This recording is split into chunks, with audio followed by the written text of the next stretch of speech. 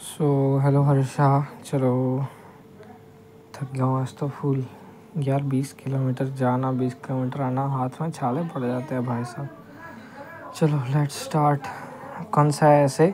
265 क्या बोलता है? Communicating deficiencies in internal control through TCWG and management. TCWG कौन होता है? मैनेजमेंट का बाप, मैनेजमेंट से बड़े लोग, उनसे या तो मैनेजमेंट से। समझो इंटरनल कंट्रोल अपन पहले समझ चुके हैं क्या होते हैं। जो कंट्रोल्स लगाते हैं मैनेजमेंट किसको? जो रिस्क होता है, कौन सा? इनहेरेंट रिस्क अपन पढ़ चुके हैं चैप्टर 3 के स्टार्टिंग में। उसको कवर करने के लिए, उससे बचने के लिए क्या करता है मैनेजमेंट? कंट्रोल्स लगाता है जिससे मटेरियल मिसस्टेटमेंट ना हो, या हो तो डिटेक्ट हो पाए और करेक्ट हो पाए। क्या हो पाए? PDC हो पाए। किसको? मटेरियल मिसस्टेटमेंट का PDC हो पाए, प्रिवेंट, डिटेक्ट एंड कंट्रोल। उसके लिए जो इंटरनल कंट्रोल्स होते हैं उनका क्या होता है? DIM। क्या होता है? DIM, design implementation and maintenance, या DIO, design implementation and operation. Operate किया जाता है उनको। इंटरनल कंट्रोल्स का DIM होता है। क्यों? डिज़ाइन इम्प्लीमेंटेशन एंड मेंटेनेंस क्यों होता है? प्लेन को जाने दो। क्यों होता है? मटेरियल मिसस्टेटमेंट को PDC करने के लिए, prevent, detect and control, correct. PDC कर लिया। अगर इन इंटरनल कंट्रोल्स में हमको कोई डेफिशिएंसी, कोई गलती मिलती है, फॉर एग्जांपल मैनेजमेंट काम देखता है पूरा अकाउंट्स डिपार्टमेंट का, बरोबर, बट मैनेजमेंट ही चोर निकला, फ्रॉड निकला और हमको ये पता चला, तो ये क्या हुआ? एक बड़ी सिग्निफिकेंट डेफिशिएंसी हुई इन इंटरनल कंट्रोल। मैनेजमेंट खुद इंटरनल कंट्रोल था और वही गड़बड़ी कर रहा है, तो हम किसको इन्फॉर्म करेंगे? TCWG को, मैनेजमेंट के बाप को। और क्या हम कम्युनिकेट करेंगे? Deficiencies in internal control. अब इसको ऑडिट की लैंग्वेज में समझते हैं। ऑडिटर्स रिस्पॉन्सिबिलिटी, ऑडिटर की रिस्पॉन्सिबिलिटी आती है तो कम्युनिकेट TCWG के साथ क्या? Deficiencies in internal control. Auditors responsibility is to communicate with TCWG the deficiencies in internal control. Auditor required है to obtain understanding of internal control.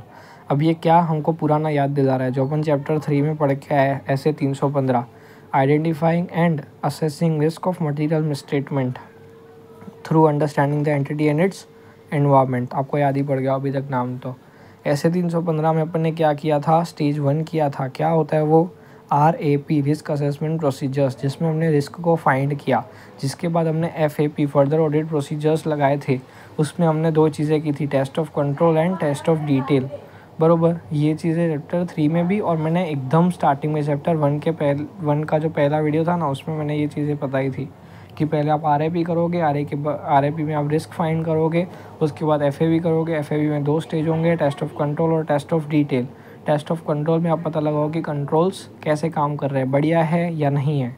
अगर ऑपरेटिंग इफ़ेक्टिवली है तो हम जो टेस्ट ऑफ डिटेल है उसको इतना अच्छे से नहीं करेंगे, चलेगा, थोड़ा थोड़ा करेंगे तो, क्योंकि अगर कंट्रोल्स बढ़िया है तो अपन को काम कोई ज़्यादा फ्रॉड या मिस्टेक निकलेगी नहीं, मटेरियल मिसस्टेटमेंट निकलेगी नहीं। पर अगर कंट्रोल्स ऑपरेटिंग इफेक्टिवली नहीं है तो टेस्ट ऑफ कंट्रोल में हमको ये पता चलेगा कि ऑपरेटिंग इफेक्टिव नहीं है, और टेस्ट ऑफ डिटेल अपन अच्छे से करेंगे। तो ये वही स्टेज को याद दिला रहा है कि ऑडिटर रिक्वायर्ड होता है to obtain understanding of internal control, जिसमें हम स्टेज 1 में ये सारी चीज़ें करते हैं, जिसमें ऑडिटर क्या करता है? कंसिडर करता है इंटरनल कंट्रोल को टू डिज़ाइन ऑडिट प्रोसीजर्स। हमारा काम क्या होता है? इंटरनल कंट्रोल्स को हम क्यों वेरीफाई करते हैं? क्यों देखते हैं कि वो ऑपरेटिंग इफेक्टिवली है या नहीं? क्यों देखते हैं? क्योंकि हमको आगे FAP डिसाइड करना होता है। FAP का कौन सा? जो टेस्ट ऑफ डिटेल का पार्ट होता है वो हमको डिसाइड करना होता है। उसमें हमको ऑडिट प्रोसीजर्स कैसे लगाने हैं, उनको कैसे डिज़ाइन करना है, उसके लिए हम इंटरनल कंट्रोल्स को कंसिडर करते हैं, ना कि इंटरनल कंट्रोल्स पर रिपोर्ट देने के लिए। इंटरनल कंट्रोल्स पर अगर हम रिपोर्ट देने वाले बन गए तो हम क्या बन गए? इंटरनल ऑडिटर बन गए। बट यहाँ पर पूरा ऑडिट किस नज़रिए से देखा जा रहा है? स्टैट्यूटरी ऑडिट के नज़रिए से देखा जा रहा है। डन। तो यहाँ पर वही चीज़ बोल रहा है कि ऑडिटर क्यों इंटरनल कंट्रोल को कंसिडर करता है? क्योंकि हमको आगे ऑडिट प्रोसीजर्स डिज़ाइन करने होते हैं जो कि डिपेंड करते हैं, प्लेन को जाने दो, जो कि डिपेंड करते हैं on effectiveness of internal control. कैसी इंटरनल कंट्रोल की इफेक्टिवनेस है, ज़्यादा इफेक्टिव है या नहीं है, उस पर डिपेंड करता है कि हमारे ऑडिट प्रोसीजर्स ज़्यादा अच्छे होंगे, ज़्यादा डिटेल में होंगे या ऊपर से होंगे। Not for expressing an opinion, इसको ऐसे पढ़ोगे, auditor consider internal control design audit procedures on effectiveness of internal control and not for expressing an opinion there on internal controls. Then क्या है ऑब्जेक्टिव ऑफ ऑडिटर, ऑडिटर का क्या objective है in accordance with S 265, वही है communicate करना है with TCWG deficiency internal control, जो कि हमको ऑडिट के अंदर आइडेंटिफाई हुई है और सफिशिएंटली इंपॉर्टेंट है। ऐसा नहीं आप छोटी छोटी डेफिशिएंसी इंटरनल कंट्रोल के आप बताने बैठ रहे हो।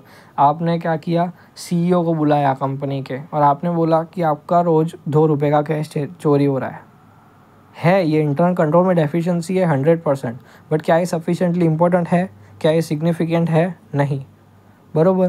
तब CEO के टाइम को भी देखो, उसके हिसाब से मटीरियलिटी रखो। तो डेफिशिएंसी तो वो है इंटरनल कंट्रोल में कि चोरी क्यों हो रहा है, बट 2 रुपया, तो इसलिए वो क्या है, सफिशिएंटली इंपॉर्टेंट नहीं है। आइडेंटिफाई हुआ है ऑडिट के दौरान, बरोबर है, बट सफिशिएंटली इंपॉर्टेंट नहीं है। तो ऐसी डेफिशिएंसीज इंटरनल कंट्रोल जो कि ऑडिट के अंदर आइडेंटिफाई हुई है और सफिशिएंटली इंपॉर्टेंट है, उनको आप कम्युनिकेट करोगे विद TCWG, बरोबर। Meaning of deficiency in internal control and significant deficiency internal control. अब समझते हैं, 2 चीज़ें होती है, एक डेफिशिएंसी इंटरनल कंट्रोल और दूसरा सिग्निफिकेंट डेफिशिएंसी इंटरनल कंट्रोल।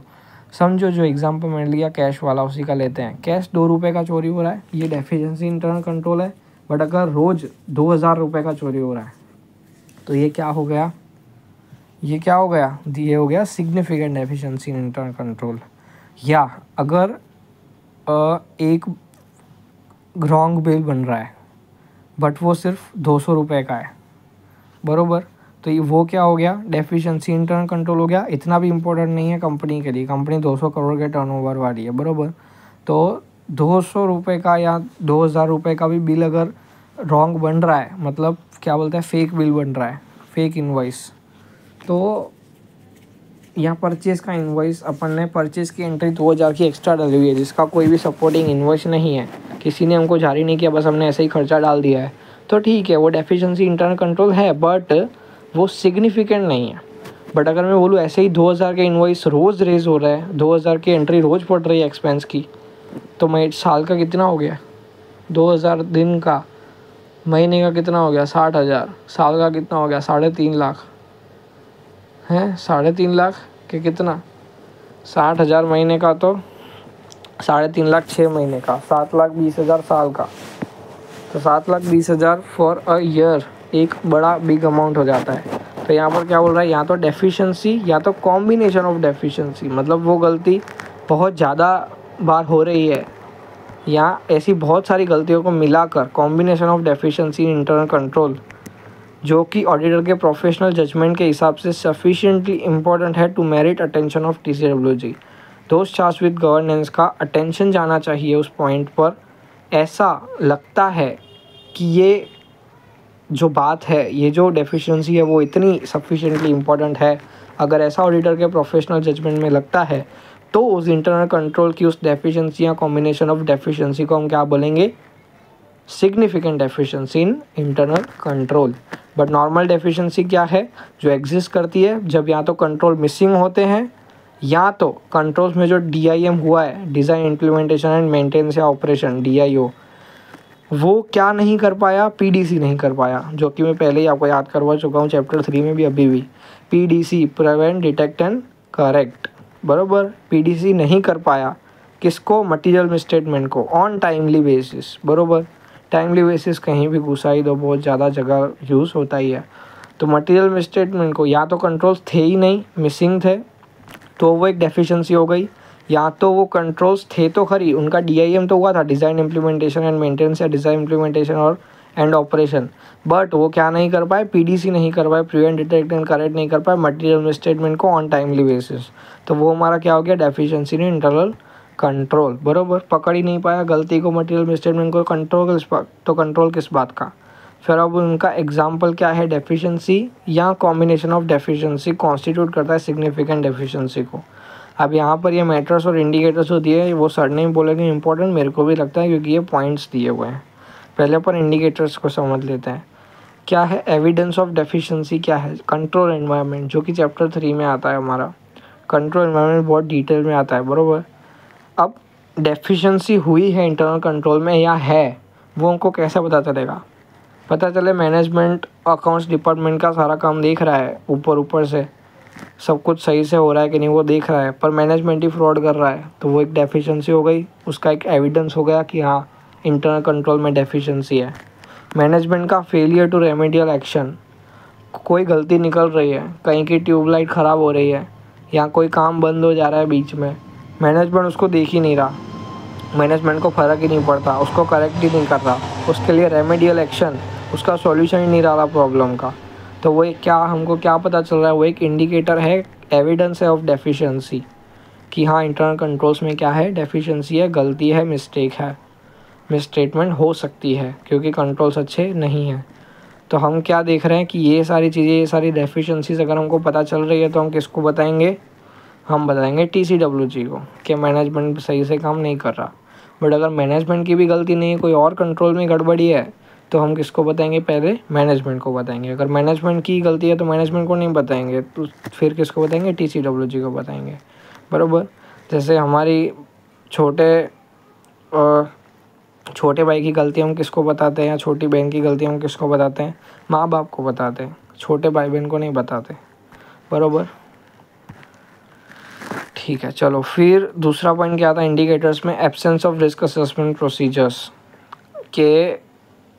अब ये कौन से रिस्क असेसमेंट प्रोसीजर्स, दो प्रकार के रिस्क असेसमेंट प्रोसीजर्स होते हैं, एक जो हम लगाते हैं और दूसरी जो मैनेजमेंट लगाता है। पहले मैनेजमेंट लगाता है रिस्क को आइडेंटिफाई करने के लिए, जो हमने ऐसे 315 पढ़ा हुआ है पूरा, ऐसे 315 identifying and assessing risk of material misstatement through understanding the entity and it's environment, वो पहले मैनेजमेंट करता है, पूरे साल में वो करता है, उसके हिसाब से कंट्रोल्स लगाता है। फिर साल ख़त्म होने के बाद हम जब ऑडिट करने जाते हैं तब हम क्या करते हैं, RAP लगाते हैं। तो ये कौन से RAP की बात कर रहा है, RAP बाय मैनेजमेंट। अगर मैनेजमेंट ने RAP किया ही नहीं है, अगर रिस्क को ही असेस नहीं किया है, तो उन्होंने कंट्रोल्स कैसे लगाए। इसलिए ये एक इंडिकेटर है कि क्या है, कंट्रोल्स मिसिंग है या तो कंट्रोल्स में डेफिशिएंसी है, उसका एक एविडेंस बन जाता है, इंडिकेटर बन जाता है। फिर ineffective risk assessment procedures, management ने लगाया तो है बट सिर्फ एक दिन देखा उन्होंने कि रिस्क क्या है, बस फिर उसको टॉपिक को ही छोड़ दिया। ऐसा हमको अगर पता चला है तो इनइफेक्टिव रिस्क असेसमेंट प्रोसीजर हुए कि उन्होंने अच्छे से रिस्क को आइडेंटिफाई एंड असेस किया ही नहीं, तो उन्होंने कंट्रोल्स अच्छे लगाए होंगे क्या, नहीं। तो इसलिए हमको क्या पता चला कि इनइफेक्टिव रिस्क असेसमेंट प्रोसीजर्स है बाय मैनेजमेंट, तो वो एक इंडिकेटर हो गया कि हमारी डेफिशिएंसी इन इंटरनल कंट्रोल हो सकती है, जो कि हमको कम्युनिकेट करनी पड़ेगी with TCWG। Okay, then misstatement detect हुई है हमको मिली मिसस्टेटमेंट बाय ऑडिट प्रोसीजर्स जो हमने लगाए। मतलब क्या हुआ इसका कि नॉट प्रिवेंटेड, डिटेक्टेड और corrected by internal controls. Misstatement अगर हमको मिली है और वो मटेरियल है, तो उसका मतलब हुआ क्या कि वो प्रिवेंट, डिटेक्ट एंड करेक्ट नहीं हुई है बाय इंटरनल कंट्रोल। मतलब इंटरनल कंट्रोल कैसे हुए, उनमें एक डेफिशिएंसी हुई कि नहीं हुई, यस हुई। तो ये 4 क्या बनते हैं, इंडिकेटर बनते हैं कि हमारे डेफिशिएंसी है इंटरनल कंट्रोल। पहले हमने क्या देखा कि उसका एविडेंस क्या मिल रहा है कि मैनेजमेंट फ्रॉड हो सकता है, या तो मैनेजमेंट का failure to remedial action, solution नहीं दे रहा कोई बात का। फिर दूसरा absence of risk assessment procedures by management, तीसरा ineffective risk assessment procedures and चौथा मिसस्टेटमेंट डिटेक्ट हो गई है हमको। तो ये 4 क्या हुए, ये इंडिकेटर्स हुए। देन हमारे पास आते हैं मैटर्स। ये मैटर्स और इंडिकेटर्स जो वर्ड है वही एग्ज़ाम में क्वेश्चन में आएगा कि मैटर्स बताओ। ऐसे 265 कुछ नहीं लिखेगा, बस मैटर्स इंटरनल कंट्रोल के डेफिशिएंसी के, बस ऐसा पूछ लेगा वो, तो आप क्या लिखोगे, और इंडिकेटर लिखेगा तो क्या लिखोगे, बरोबर। अब मैटर्स क्या है कि जिससे ऐसा पता चल रहा है, this is also type of indicator, कि इससे भी यही पता चलेगा कि मिसस्टेटमेंट है या नहीं, और मिसस्टेटमेंट बोल रहा हूँ, सॉरी, डेफिशिएंसी इंटरनल कंट्रोल है या नहीं। बट यहाँ पर वर्ड अगर मैटर्स लिखा हो तो एग्जाम में भी मैटर्स का ध्यान रखना है। मैटर्स लिखा हो तो यही पॉइंट्स लिखने हैं, ये पॉइंट्स इंडिकेटर में नहीं लिखने लिख के आने, और इंडिकेटर वाले इसमें नहीं आना है, नहीं लिख के आना है। हाँ, अगर एग्ज़ाम में क्वेश्चन आया है मैटर का और आपको मैटर का एक भी पॉइंट याद नहीं है तो आपको छोड़ के नहीं आना है, तो आपको इंडिकेटर के पॉइंट लिख के आना चलेगा। बट अगर याद है तो इंडिकेटर वाले मैटर में और मैटर वाले इंडिकेटर में मत लिखना। अब मैटर वाले पढ़ते हैं, लाइक्लीहुड इन फ्यूचर, क्या प्रोबेबिलिटी है कितना परसेंटेज वो गलती डेफिशिएंसी या उसकी वजह से नुकसान कितना हो सकता है। जो हमने उस दिन भी पढ़ा था, क्या पढ़ा था कि मैक्सिमम नुकसान कितना हो सकता है, बरोबर ऐसा कुछ पढ़ा था, याद आ रहा है। लाइक्लीहुड इन फ्यूचर, क्या प्रोबेबिलिटी है उसके होने की। डेफिशिएंसी इंटरनल कंट्रोल जो हमारी हुई है उसकी वजह से आगे मिसस्टेटमेंट हो भी सकती है या नहीं, बरोबर। अगर मैं जो मैनेजमेंट में या अकाउंट्स डिपार्टमेंट में जिसको रखा हुआ है, बुक्स जहाँ पर पड़ी है उस रूम को ताला लगाना भूल गए, क्या वो इंटरनल कंट्रोल में डेफिशिएंसी है? यस, बट वो एक ही दिन भूला है 365 दिन में से, बरोबर। तो या तो उसको हम ऐसा गिन सकते हैं वो सिग्निफिकेंट डेफिशिएंसी नहीं है, या तो दूसरा ये दे सकते हैं कि इसका लाइक्लीहुड फ्यूचर में होने का नहीं है, इसलिए हम उसको एक डेफिशिएंसी या सिग्निफिकेंट डेफिशिएंसी नहीं मान सकते। फिर ससेप्टिबिलिटी मतलब वही हो गया प्रोबेबिलिटी ऑफ लॉस या फ्रॉड। जो वो हमको डेफिशिएंसी मिली है उससे लॉस या फ्रॉड हो सकता है या नहीं। Then subjectivity and complexity in estimating amount. जो हम डेफिशिएंसी आइडेंटिफाई कर रहे हैं उसको हम क्या अमाउंट में बता सकते हैं, या बता सकते हैं तो क्या उसमें कॉम्प्लेक्सिटी है कि उसको अमाउंट में आइडेंटिफाई कैसे करेंगे, बरोबर। फिर सब्जेक्टिविटी, क्या वो बहुत सब्जेक्टिव एरिया है जिसमें हर किसी का थॉट अलग चलता है, बरोबर। जैसे अकाउंट्स डिपार्टमेंट में जो वॉचमैन है वो क्या सोचता है कि यार इसके बुक्स ले जाके कंपनी के कौन क्या ही करेगा, तो वो एक सब्जेक्टिव टॉपिक हो गया कि उसके हिसाब से कोई बुक्स लेके नहीं जाएगा, बट हमारे हिसाब से उन बुक्स में बहुत ज़्यादा इंपॉर्टेंट चीज़ें पड़ी होती है जो कि ले जा सकते हैं मैनिपुलेट करने के लिए प्रॉफिट को, या किसी को भी लोग चोरी करके ले जाएंगे तो हमको पता कैसे चलेगा कि क्या कैसे हुआ है, बरोबर। तो वो सब्जेक्टिव है कि नहीं एस्टिमेटिंग अमाउंट में। फिर ये इतना इम्पोर्टेंट पॉइंट नहीं है, इसको छोड़ दोगे तो चलेगा। ये पॉइंट्स है मैटर्स वाले जिसको याद करना थोड़ा डिफ़िकल्ट मेरे को भी लगता था और आपको भी मेरे को लग रहा है लगा होगा। Financial statements amounts exposed. Financial statement के अमाउंट से ही क्या एक्सपोज हो रहा है कि कंपनी के इंटरनल कंट्रोल में डेफिशिएंसी है। फॉर एग्ज़ाम्पल जो हमारी परचेज़ है, नहीं फॉर एग्ज़ाम्पल क्या ले ले वे, एक्सपेंस में ले लेते हैं या कुछ भी, क्या ले ले वे, एक हेड में से दूसरे हेड में एंट्री पड़ी हुई है, ऐसा कुछ है समझो। तो वो फिनेंशियल स्टेटमेंट में ही हमको देखकर पता चल रहा है कि ये तो भाई इंटरनल कंट्रोल की ही गलती है, कंट्रोल्स की गलती है, कंट्रोल्स अच्छे से नहीं चल रहे, उसी से हमको पता चल रहा है। या फॉर एग्ज़ाम्पल समझो जो हमारी कंपनीज एक्ट वाली बैलेंस शीट है वो बनाई नहीं गई है, बोलो इन्होंने नॉर्मल टी वाली बैलेंस शीट जो हमने 11th-12th में पढ़ी हुई है ट्रस्ट वगैरह को लगती है, वो बैलेंस शीट P&L बनाया हुआ है, बोलो तो ये कितनी बड़ी डेफिशिएंसी हो इन इंटरनल कंट्रोल। जो हमको फिनेंशियल स्टेटमेंट के अमाउंट्स देखकर ही क्या हो रहा है, एक्सपोज हो रहा है कि इंटरनल कंट्रोल्स में क्या है, गड़बड़ी है, डेफिशिएंसी है। अगर बरोबर। फिर volume of transaction, class of transaction, account balance और डिस्क्लोजर। ये 3 वर्ड देखकर आपको क्या याद आ रहा है, कुछ याद आ रहा है कि नहीं आ रहा, किसके रिलेटेड होता है ये? जो मैनेजमेंट हमको असर्शन देते हैं, असर्शन, वो असर्शन इन 3 रिलेटेड चीज़ों पर ही हो सकता है, class of transaction, account balance या डिस्क्लोजर, ओके। तो अब ये 3 में जो वॉल्यूम ऑफ ट्रांजैक्शन है, इन तीनों में से किसी से भी ये पता चल रहा है कि डेफिशिएंसी है। अगर हमने देखा और उसमें हमको कोई अकाउंट बैलेंस, समझो लोन जो है, लोन का कौन सा बैलेंस होता है, क्रेडिट बैलेंस, बट यहाँ पर जो एंट्री डली हुई है उसमें उसका डेबिट बैलेंस बता रहा है, बोलो तो इन्होंने पैसे आने की जगह पैसे जाने की एंट्री कर दी, लोन को डेबिट करके टू बैंक कर दिया, बरोबर। तो ये कितनी बड़ी डेफिशिएंसी है जो हमको अकाउंट बैलेंस से पता चली, बरोबर। या ऐसे क्लास ऑफ ट्रांजैक्शन से भी पता चल सकता है, एक्सपोज कर सकता है कि डेफिशिएंसी है, या कोई डिस्क्लोजर इतना गलत दिया है जिससे हमको पता चल रहा है कि कंट्रोल में डेफिशिएंसी है। फिर कॉज मतलब कारण, और फ्रीक्वेंसी मतलब कितनी बार होता है, वो उससे भी हमको पता चल सकता है कि डेफिशिएंसी है या नहीं, या है तो कितनी मटीरियल है या कितनी सिग्निफिकेंट है, बरोबर, कितनी बार हो रही है वो गलती। जैसे हमने पैसे वाला हुआ, अगर 2000 रुपये एक बार चोरी हुए तो ठीक है समझ सकते हैं, बट रोज़ चोरी हो रहा है तो फ्रीक्वेंसी से हमको क्या पता चल गया कि क्या डेफिशिएंसी है या नहीं। तो मेन इसमें आप प्रोबेबिलिटी वाले वर्ड याद रखो, likelihood, susceptibility. Likelihood in future क्या है, फ्यूचर में कितनी बार हो सकता है, उसकी वजह से एक मिनट लेन जाए, उसकी वजह से लॉस फ्रॉड हो सकता है या नहीं, एस्टिमेट अमाउंट करने में कॉम्प्लेक्सिटी है या नहीं, क्या फिनेंशियल स्टेटमेंट के अमाउंट्स, मेरे एग्जांपल याद रखो कि फिनेंशियल स्टेटमेंट के अमाउंट्स हमको एक्सपोज कर रहे हैं या नहीं। फिर class of transaction, account balance में वो याद रख सकते हो, लोन का क्रेडिट बैलेंस की जगह डेबिट बैलेंस बता दिया, कितनी गलत एंट्री आओगी, कितनी डेफिशिएंसी हो सकती है, ट्रांजैक्शन में गड़बड़ी हो सकती है, सेल्स को परचेज में डाला हुआ है, परचेज को सेल्स में डाला हुआ है, डिस्क्लोजर की गलती हो सकती है, वो 5% से ज़्यादा शेयर होल्डिंग का डिस्क्लोज़ करना पड़ता है अकाउंट्स में, पता है, ऐसा कुछ याद है, प्रमोटर्स होल्डिंग डिस्क्लोज़ करनी पड़ती है, इतना कुछ याद है। तो उसमें गड़बड़ी बताई हुई है, 5% से ज़्यादा वाले बताने होते हैं कि कौन शेयर्स होल्ड कर रहा है, बट हमको बताए हुए 5% से कम वाले, तो कितने इंटरनल कंट्रोल में डेफिशिएंसी हो हमको पता चल रहा है। बस से प्रैक्टिकल एग्जांपल याद रखोगे तो आपको थोड़ा थोड़ा याद आने लगेगा, रिलेटेड भी लिख दोगे तो भी चलेगा। फिर कॉस्ट, कारण या फ्रीक्वेंसी आपको कैश वाला एग्जांपल तो अभी कंट्रोल्स में हमेशा याद रहने ही वाला है इतनी बार मैंने रिपीट कर दिया है।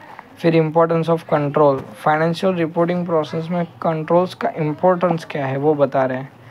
कंट्रोल क्या करते हैं, सबसे पहले तो एक जनरल मॉनिटरिंग करते हैं कि जो भी हमारा काम हो रहा है वो सही से हो रहा है या नहीं, वो किसका, कंट्रोल्स का काम है। कंट्रोल्स की इम्पोर्टेंस है कि एक जनरल मॉनिटरिंग हो जाती है। फिर इन 4 चीज़ों पर कंट्रोल्स क्या करते हैं, कंट्रोल की वजह से क्या क्या होता है, प्रिवेंट एंड डिटेक्ट हो सकती है फ्रॉड या error. Then selection and application of accounting policies सही से हो रहा है या नहीं वो पता चल सकता है। फिर significant transaction with related party, अगर उस पर एक कंट्रोल लगाया हुआ है, जैसे एक पर्सन को हमने बैठा दिया है कि रिलेटेड पार्टी से जो भी ट्रांजेक्शन है वो आर्म्स लेंथ प्राइस पर होना चाहिए देखना। मतलब समझो कोई बेचने वाला है, सेल्स पर्सन है, वो क्या कर रहा है, गाड़ी को कम में बेच दे रहा है अपने रिलेटेड पार्टी से, तो एक इंसान को हम बैठा के रख रहे हैं जो आर्म लेंथ प्राइस पर सब कुछ है या नहीं, सही प्राइस पर है या नहीं, मार्केट प्राइस पर है या नहीं वो देख रहा है, तो वो एक हमारा क्या होगा, कंट्रोल, जिसकी वजह से हमारा सिग्निफिकेंट ट्रांजेक्शन जो कि रिलेटेड पार्टी के साथ होते हैं या तो जो outside normal course of business होते हैं उन पर कंट्रोल्स लगाना इम्पोर्टेंट होता है, जिससे हमको बहुत सारी चीज़ें पता चलती है। फिर पीरियड एंड, जब भी पीरियड एंड होता है 31 मार्च वाला हो गया, या फिर क्वार्टर एंडेड जो होता है, क्वार्टरली रिजल्ट्स पब्लिश होते हैं, तो क्वार्टर एंडेड उसमें जो भी फाइनेंशियल रिपोर्टिंग की प्रोसेस होती है ना, उसमें कंट्रोल्स बहुत ज़रूरी होता है, क्योंकि इसमें बहुत सारे ट्रांजेक्शन या ऐसी एंट्रीज पड़ती है, फॉर एग्जांपल ग्रेचुइटी की, फिर FVOCI की, फिर अपने एम्प्लॉय बेनिफिट्स की, लीव इंकेशमेंट की, जो बोनस देते होते हैं एम्प्लॉयज़ को उसकी, जो हमने टैक्सेस की एंट्री पढ़ानी होती है उसकी, जो इनकम टैक्सेस पे हो रहे हैं, जो डेफर्ड टैक्स की एंट्रीज़ हो रही है, ये वो M2M, फिर इंडिया में बहुत सारी ऐसी एंट्रीज़ होती है, फिर प्रेफरेंस शेयर के एडजस्टमेंट की एंट्रीज़ होती है, ये वो सब आप प्रैक्टिकल लाइफ में भी देखोगे, आगे इंडियस में भी पढ़ोगे, और AS में आप पढ़ भी चुके हो, ग्रेचुइटी, फिर लीव इंकेशमेंट, फिर अपना वो AS 19 होता है लीजेस वाला, उसकी एंट्रीज़, अगर उसमें फाइनेंस लीज है तो ये सारी चीज़ों की क्या है, पीरियड एंड में बहुत ज़्यादा भारी हो जाता है। तो उस फिनेंशियल रिपोर्टिंग प्रोसेस में कुछ गलत तो नहीं हो रहा, उसके लिए कंट्रोल्स बहुत इंपॉर्टेंट है, और कंट्रोल्स रखे हुए हैं फाइनेंशियल रिपोर्टिंग प्रोसेस में इन सब चीज़ों पर, तो हमारे मिस स्टेटमेंट कम से कम निकलेगी, वरना ऑडिटर तो आइडेंटिफाई कर ही लेगा miss statement, right, material miss statement. तो क्या क्या कंट्रोल्स ओवर, क्या इम्पोर्टेंस है कंट्रोल्स की फाइनेंशियल रिपोर्टिंग प्रोसेस में, कि वो प्रिवेंट एंड डिटेक्ट कर लेते हैं फ्रॉड या एरर को, अकाउंटिंग पॉलिसीज़ का सिलेक्शन एंड एप्लीकेशन सही से हुआ है या नहीं वो देख लेते हैं, रिलेटेड पार्टीज़ के साथ जो ट्रांजेक्शन हुए हैं वो सही आर्म लेंथ प्राइस पर हुए या नहीं वो देख लेते हैं, outside normal course of business जो ट्रांजेक्शन हुआ है सिग्निफिकेंट वो बरोबर है या नहीं, फिर पीरियड एंड के फाइनेंशियल रिपोर्टिंग प्रोसेस को एक बार देख लेते हैं, कंट्रोल्स अगर हमारे होते हैं तो उनकी इम्पोर्टेंस है ये। फिर determination of significant efficiencies in internal control, हम कैसे डिटरमाइन करेंगे कि ये सिग्निफिकेंट एफिशिएंसी है या नहीं, और उसका क्या करेंगे, ऑडिटर डिटरमाइन करेगा। अब कैसे डिटरमाइन करेगा, तो उसके लिए कुछ बताया नहीं, मतलब वो उसके प्रोफेशनल जजमेंट पे डिपेंड करता है, बरोबर। जैसे हमने नॉर्मली बात की ₹200 की चोरी और 2000 की चोरी कैश में रोज़ हो रही है या एक बार हो रही है, तो वो उससे हमको पता ही चल जाता है। नॉर्मल प्रोफेशनल जजमेंट है, इनको कुछ बताने की ज़रूरत है ही नहीं।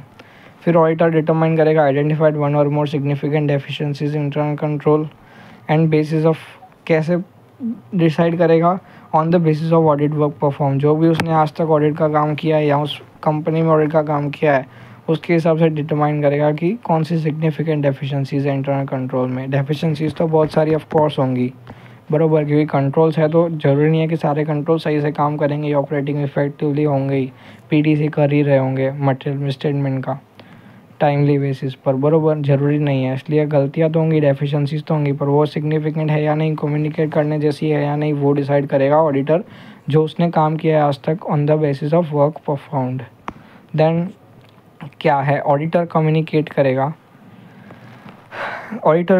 करेगा सिग्निफिकेंट डेफिशिएंसीज इंटरनल कंट्रोल को on timely basis in writing with appropriate level of management. सारी चीज़ें आपको पड़ी हुई है। ऑडिटर क्या करता है, जो भी चीज़ें कम्युनिकेट करता है, पहली चीज़ तो वो हमेशा टाइमली बेसिस पर करेगा। पता चला आज आपको गड़बड़ी मिल रही है और आपका ऑडिट पूरा ख़त्म हो गया, आपने रिपोर्ट भी दे दी, उसके बाद नेक्स्ट ईयर भी रिपोर्ट भी दे दी, फिर आप 2 साल बाद उसको वो गलती बता रहे हो, है कोई मतलब? या आपने ऑडिट छोड़ दिया फिर बता रहे हो, है कोई मतलब? वो तो आगे तो उसका फ़ायदा ही होगा, बट आपको जब टाइमली बेसिस पर बताना चाहिए था तब आपने नहीं बताया। तो टाइमली बेसिस पर उसको कम्युनिकेट करना है, with appropriate level of management करना है और इन राइटिंग करना है। जो भी सारी चीज़ें ऑडिटर कर रहा है उसको प्लीज़ इन राइटिंग बोल बोल के थक के उस पर पूरा अलग से चैप्टर 6 का चैप्टर बना दिया कि सब कुछ जो करो वो राइटिंग में करो, क्योंकि आजकल कोई सच्चा नहीं है, बरोबर। तो 1 मिनट प्लेन चला जाए।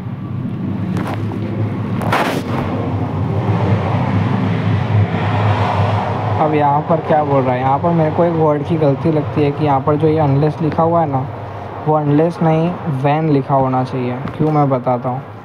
अब अप्रोप्रिएट लेवल ऑफ मैनेजमेंट के साथ कौन सी significant efficiency in internal control communicate करेगा on timely basis and in writing, कौन करेगा? ऑडिटर करेगा। किसके साथ करेगा? अप्रोप्रिएट लेवल ऑफ मैनेजमेंट करेगा। अप्रोप्रिएट लेवल ऑफ मैनेजमेंट मतलब हो सकता है, नॉर्मली तो 2 ही होता है, एक मैनेजमेंट और एक TCWG, बट मैनेज करने वाले ज़्यादा भी हो सकते हैं। जैसे डिपार्टमेंट वाइज हो सकता है कि प्रोडक्शन डिपार्टमेंट का हेड है, मैनेजर है, या जनरल मैनेजर है, या अलग अलग डिपार्टमेंट वाइज है, मार्केटिंग मैनेजर है, फिर CFO है, CEO है। तो किसके साथ डिस्कस करना वो आपको देखना है अपने प्रोफेशनल जजमेंट के हिसाब से, और उसके हिसाब से appropriate level of management decide करके उसके साथ कम्युनिकेट करना है। डेफिशिएंसी कौन सी? Significant deficiency in internal control. अब डेफिशिएंसीज जो कि आपको communicated and intents to communicate, जो भी ऑडिटर इंटेंड कर रहा है to communicate with TCWG when inappropriate to communicate directly to management. क्या बोल रहा है यहाँ पर? मैंने क्यों बोला व्हेन आना चाहिए, क्योंकि इसका मतलब क्या हुआ कि जो आप मैनेजमेंट से कम्युनिकेट नहीं कर सकते वो किससे करोगे? TCWG से, बरोबर। जो आपको इनअप्रोप्रिएट लगता है, फॉर एग्जांपल मैनेजमेंट ने फ्रॉड किया और आप मैनेजमेंट को ही बताना चाह रहे हो कि बेटा आपने फ्रॉड किया है, तो वो क्या सही रहेगा? नहीं, तो वो आप किससे कम्युनिकेट करोगे? TCWG से। तो इसलिए यहाँ पर मेरे को लगता है कि वैन वर्ड आना चाहिए। Then other deficiencies not been communicated to management by others, जो कि दूसरे लोगों ने मैनेजमेंट को उनकी गलतियाँ नहीं बताई है, वो कौन बताएगा? हम बताएंगे। हम, क्योंकि क्या है, स्टेट ऑडिटर है, स्टैट्यूटरी ऑडिटर है, हम क्या करेंगे? जो मैनेजमेंट को उनकी गलतियाँ दूसरों ने नहीं बताई है, हम जाकर बताएंगे। और जो कि मैनेजमेंट से कम्युनिकेट नहीं हो सकती, इनअप्रोप्रिएट लगता है to communicate directly to management, वो हम किससे कम्युनिकेट करेंगे? TCWG से। ओके, देन ऑडिटर इंक्लूड करेगा, क्या क्या इंक्लूड करेगा? डिस्क्रिप्शन ऑफ डेफिशिएंसी का क्या डेफिशिएंसी है वो हमको बताना पड़ेगा। Then explanation of potential effect, उसकी क्या क्या इफ़ेक्ट हो सकती है, बरोबर। पता चल रहा है हम 4 साल पहले की डेफिशिएंसी लेकर अभी तक बैठे हुए हैं, जबकि उसका फ्यूचर में कोई इम्पैक्ट ही नहीं है, कोई इफ़ेक्ट ही नहीं है पोटेंशियल, तो उसको नहीं करना। तो उसका जो पोटेंशियल इफेक्ट है उसको हमको कम्युनिकेट करना पड़ेगा। Then sufficient information to understand context, पता चले हम बहुत ही ज़्यादा टेक्निकल बात लेकर बैठ गए जो कि मैनेजमेंट या TCWG समझता ही नहीं है, बरोबर। तो उन टेक्निकल बातों को समझाने के लिए उनको क्या करना पड़ेगा? उतनी सफिशिएंट इन्फॉर्मेशन उनको देनी पड़ेगी मैनेजमेंट या TCWG appropriate level of management, जिसके साथ भी हम डिस्कस कर रहे हैं, क्या कर रहे हैं, कम्युनिकेट कर रहे हैं significant deficiency in internal control. मैं क्यों सारी चीज़ों को बार बार रिपीट कर रहा हूँ, उन वर्ड्स को बार बार रिपीट कर रहा हूँ, क्योंकि आपके दिमाग में फिट हो जाए, बरोबर। देन ऑडिटर एक्सप्लेन करेगा purpose of audit to express an opinion on financial statement.